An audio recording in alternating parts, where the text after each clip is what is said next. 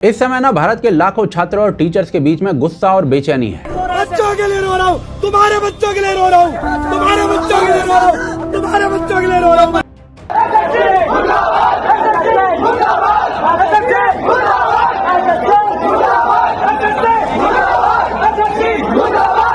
इस देश के यूथ की बात को आप क्या लाठियों से दमन कर देंगे?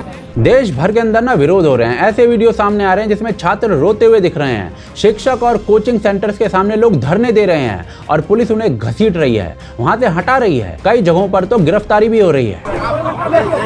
देखिए किस तरीके से प्रशासन डिटेन करती हुई और ये देखिए बस में भर के प्रशासन लोगों को बस में भर के डिटेन करती हुई। और इसकी वजह पता है क्या है? एसएससी, जो कि CGL, CHSL, MTS, GD, constable और स्टेनो जैसी बड़ी परीक्षाएं करवाती है। लेकिन इन परीक्षाओं के अंदर ना लगातार ऐसी गड़बड़ियां हो रही हैं जो साधारण लापरवाही नहीं है बल्कि गंभीर घोटाले जैसी लग रही हैं। आज पूरा सिस्टम इस कोशिश में लगा है कि इस स्कैम को जैसे तैसे दबा दिया जाए। उन्होंने बोला है कि सीजीएल के एग्जाम तक हम इसमें जो आप देके जा रहे हैं 90% तक हम सॉल्व आउट कर देंगे। उन्होंने सिर्फ बोला है। लेकिन एक्चुअल सवाल यह है कि आखिर ये घोटाला है क्या और क्यों छात्रों को इतना मजबूर बना दिया गया है कि उनको सड़कों पर उतरना पड़ रहा है। तो आइए बहुत आसान भाषा में आपको समझाता हूँ। असल में मामला शुरू होता है एग्जामिनेशन प्रोसीजर में बदलाव से। पहले एसएससी की जो परीक्षाएं हैं ना, वो मेनली टीसीएस नाम की कंपनी करवाती थी, जिसकी मैनेजमेंट बहुत अच्छी नहीं थी तो बहुत बुरी भी नहीं थी, डिसेंट रहती थी। कुछ केसेस छोड़ दे तो छात्रों को ज्यादा दिक्कत नहीं होती थी। और यहाँ मैं सिर्फ मैनेजमेंट की बात कर रहा हूँ। लेकिन इस बार ना एसएससी को चुल मची और उन्होंने पैसे बचाने के लिए किसी सस्ती कंपनी को एसएससी एग्जाम करवाने का ठेका दे दिया।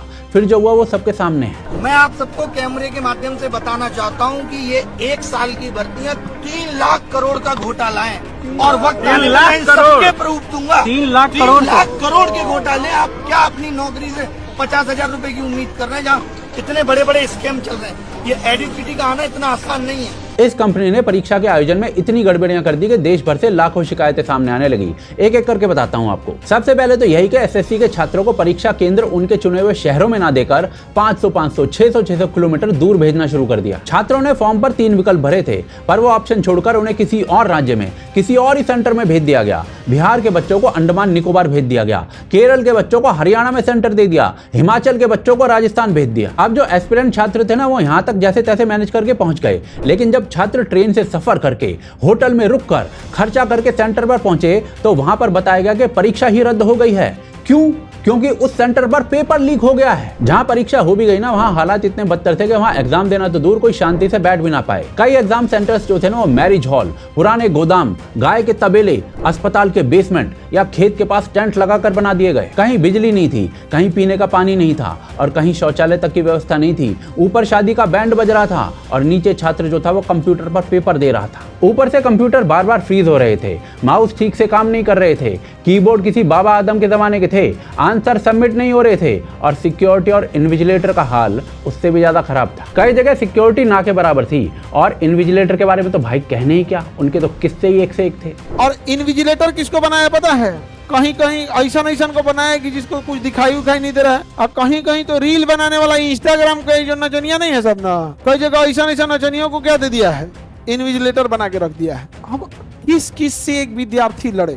कई जगह इन्विजिलेटर ने बच्चों के साथ दुर्व्यवहार तक किया। सुनने को आया छात्र के साथ फिजिकल टॉर्चर अब्यूज किया गया है। चाटा मारा गया है छात्रों को। एक छात्र को इनके एक लड़के के द्वारा मारा गया है, इन्विजिलेटर द्वारा हाथ उठाया गया है, लेटर द्वारा। और जो बची कुची कसर थी ना, वो एसएससी ने खुद पेपर के अंदर गलत सवाल डालकर पूरी कर दी। कई बार ना पेपर के अंदर ऐसे सवाल आ जाते हैं जिनका आंसर सही नहीं होता है या ऑप्शन क्लियर नहीं होते हैं। छात्र सोचते हैं कि भाई ऐसे सवालों के लिए सबको पूरे नंबर मिल जाएंगे, लेकिन एसएससी ऐसे सवालों को बस हटा देता है, किसी को नंबर नहीं देता। अब जिस छात्र ने भाई उस सवाल के अंदर समय लगाया है वो पीछे रह जाता है। इससे मेरिट लिस्ट के अंदर असर पड़ता है और कई डिजर्विंग छात्र बाहर हो जाते हैं। इस सब का नुकसान अल्टीमेटली छात्रों को ही होता है। लेकिन जब छात्र इन सब मुद्दों पर आवाज उठाते हैं ना, तो उन्हें हर पॉसिबल वे के अंदर चुप करवा दिया जाता है। जब वो शांति से प्रदर्शन करते हैं तो पुलिस उन्हें खदेड़ देती है। और ये सब चीजें देखकर भाई छात्रों का भरोसा पूरी तरीके से टूट रहा है। उनके मन में डर बैठ गया है कि अगर मेहनत और ईमानदारी से भी नौकरी नहीं मिलेगी तो भाई कैसे मिलेगी। एसएससी जैसी संस्था के ऊपर देश के करोड़ों युवाओं का भविष्य टिका होता है।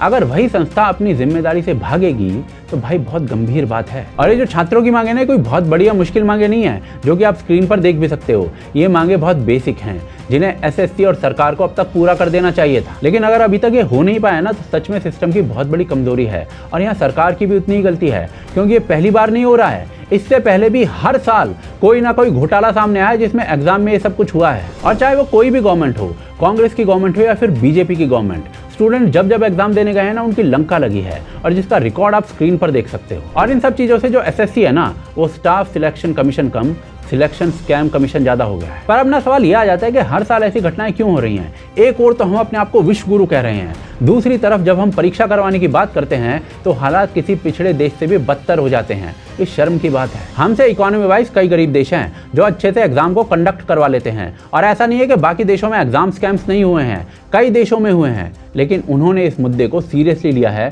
और तुरंत इसे रिजॉल्व किया है। फॉर एग्जाम्पल आप वियतनाम की बात कर लो। एक समय वहां पर भी शिक्षा व्यवस्था जो थी वो काफी गिरी हुई थी और परीक्षा प्रणाली जो थी उसमें धोखाधड़ी आम बात थी। लेकिन वियतनाम ने एग्जाम सिस्टम को पूरी तरीके से नेशनल लेवल पर सेंट्रलाइज कर दिया। क्वेश्चन पेपर बनाने से लेकर चेकिंग तक उसका पूरा प्रोसेस कॉन्फिडेंशियल रखा और हर स्टेप पर सर्विलियंस लगा दिया। और आज वियतनाम के जो बच्चे हैं ना, वो पीसा जैसे ग्लोबल टेस्टिंग में यूके और यूएसए के बच्चों को पछाड़ रहे हैं। इसके अलावा पोलैंड की बात कर लो। 1990s में वहां का रिक्रूटमेंट और एजुकेशन सिस्टम एकदम कोलैप्स की हालत में था। पॉलिटिकल इंटरफेरेंस, फेवरेटिज्म और रूरल अर्बन इनइक्वालिटी भारी पड़ रही थी सब चीजों पर। लेकिन उन्होंने ना सबसे पहले एग्जाम सिस्टम को टीचर से दूर किया।